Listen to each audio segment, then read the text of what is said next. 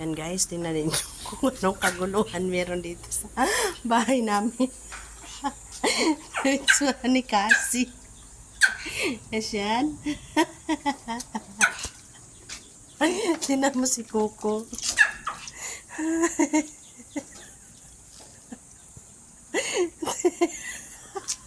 Si Coco naging dahon. Tahimik naman si Coco. Si Coco yan guys. Hindi yan dahon.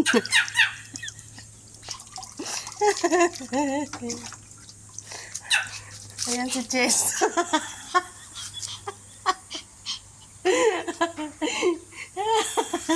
Chichi ko. Naging dahon na rin si Chase, oh. Papa, hindi masyadong basa si Chichi ko, oh.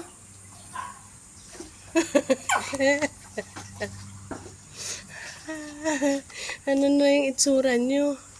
Bukas na kayong hapon maligo, ha? Bukas na pag uwi ko, ganitong oras. Si Cassie din naging dahon. Tingnan mo si Murong, hindi pa, ano mo si Coco.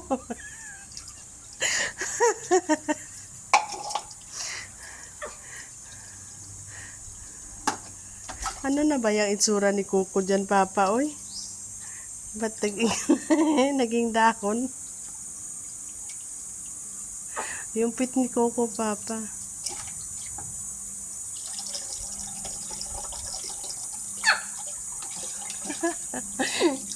Alam nyo guys, yung kakaiba yung mga pinaligo nila ngayon.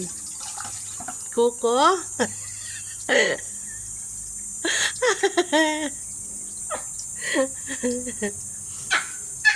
Si Cassie kasi, ikaw ang unang lumapit tuloy.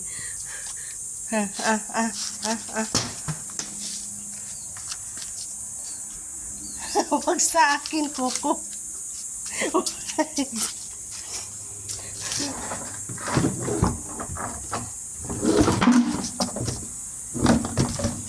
Diyan ka lang, huwag kang pumasok dito sa loob ng bahay. Tingnan mo yung bahay natin, mukha na tong bahay ng saranggola.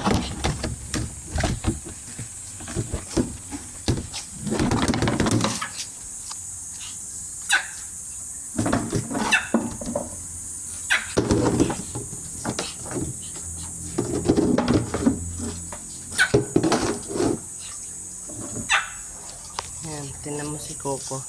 Coco, ipagpag mo na, dali, para malis na yung mga dahon. Tignan mo yung sahig namin, guys, oh. Inulit mo na naman si Cassie. Hintayin nga baka mapasukan.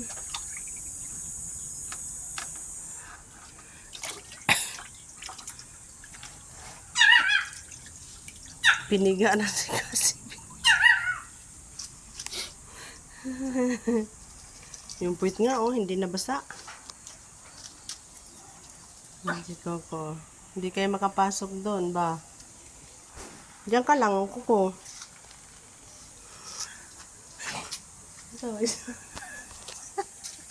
Yan, makinis pa yan. Yari ka na ngayon. Nagtatago pa yan kanina, ayaw pang lumabas. Yan, Miro, magiging dahon ka rin.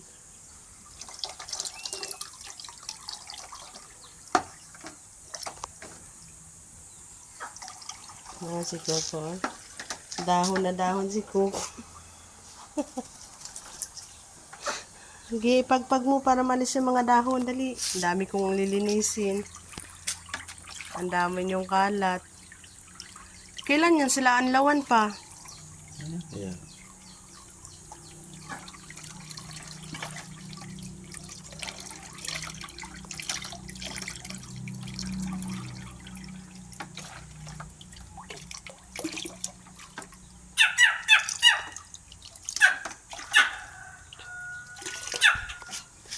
Ito yung ano, ito yung tawag nito. Murukan bat ng mga aso. Kasi natatawa ako sa mukha ni Cassie. Oh. Nawala na yung ganda ni Casiano. Meron, nagiging dahon. Coco? Para si Kuko. Namo, para si Kukong baliti.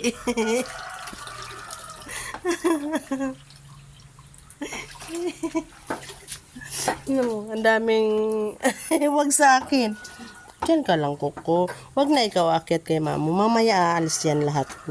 Mamawala yan muna. Ako, ang tagal nitong allowance ko po. Yung aking hamo ko, nasiha ko kumuko. Ano na, alisin natin yung mga dahon. Upo ka lang dyan, dali, upo lang. Babrasin pala ni Mamo yung ano. Babrasin pala ni Mamo yung buhok ni Kuko. Para matanggal yung mga dahon. Hi.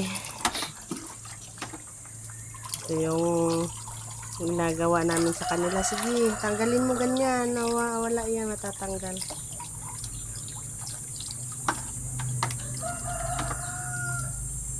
Mapasukan ang tayo niya.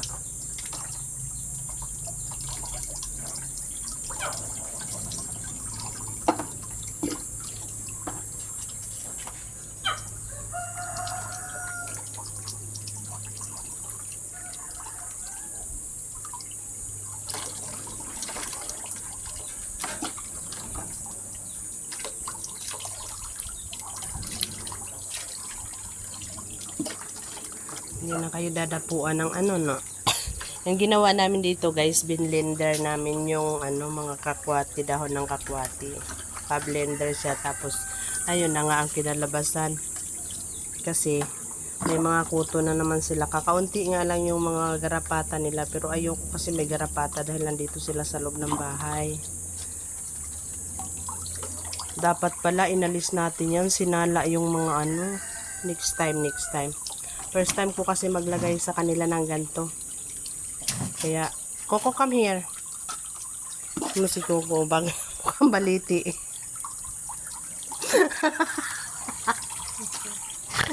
Kasi. Bugs! Si Bugs nakatakas na kapasok. Pero okay lang si Bugs, walang dahon yun. Ito talaga ang napakarami. Teka lang, kukuha lang ako ng ano.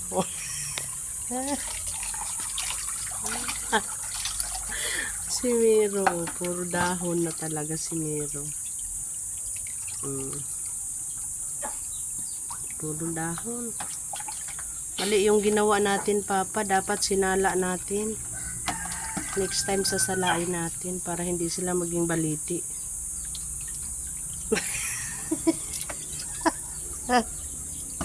Mukha ni Coco. Natanggalin na ni Mamo yan. Tatanggalin, ha? Tama na. See you on my next vlog and thank you for watching, guys. Tapos na si Miro maligo. Ayun. Naku po naman. Ayan, oh, mukha na sila magbaliti.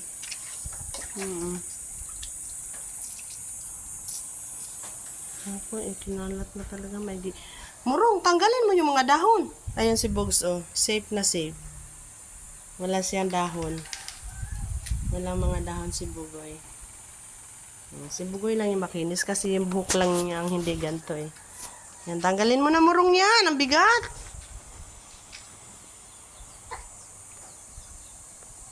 Hinarangan namin yung papasukan nila.